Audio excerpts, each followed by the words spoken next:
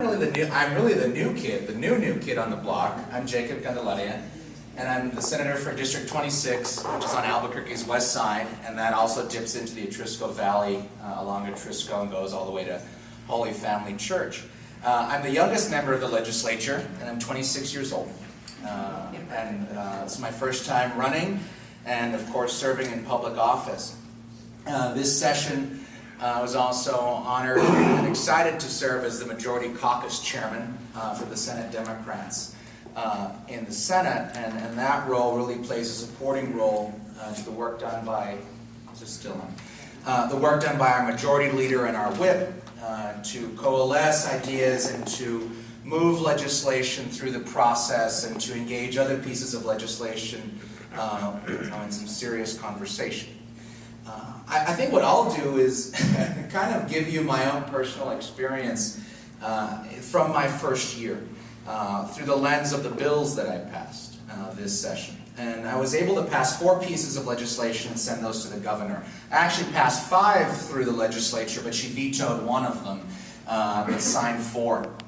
I think, the most important bill that I was able to pass this session was Senate Bill 154. And what Senate Bill 154 does is it says that a private insurance carrier in New Mexico, or the state of New Mexico in terms of its employees, before they decide to raise the cost of your prescription drugs, they actually have to give you a fun thing called notice. So you actually know whether or not your prescription is going to go from $50 to $100 or $200. I grew up, I was raised by my grandmother, and I was actually born and raised in the South Valley of Albuquerque in San Jose, which is on Broadway and Gibson. And we struggled with that growing up, and it's a really serious problem that you count your pennies and you make your family budget, but all of a sudden, out of no place, the medication you need to sustain your life is now costing double, and you have to deal with it. And this, oddly enough, was one of the pieces that, for better or worse, and I think worse, wasn't addressed in the National Health Care Bill. Pharmaceutical reform really wasn't contemplated there.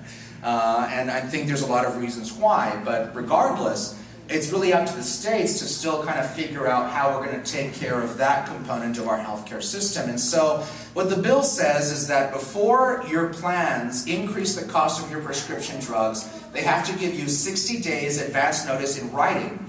And it also limits to 3 times a year the number of times they can increase your costs, right? So it caps it at 3 and they have to give you notice, which is a lot better than the wild, wild west that we had.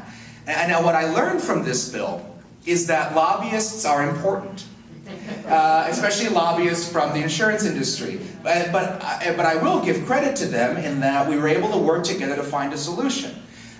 Initially the bill was dead on arrival, but we brought together the insurance plans, the state risk management department, and we brought together also the folks that I was working with on the bill from the Cancer Council and the National MS Society, as well as HIV/AIDS advocates, to just find something that worked and that was doable. And so for me, it was really the art of compromise, but compromise in a way that's pragmatic and that seeks to still achieve a goal, but without moving away or losing sight of your values, right? Or the actual policy change you're trying to implement.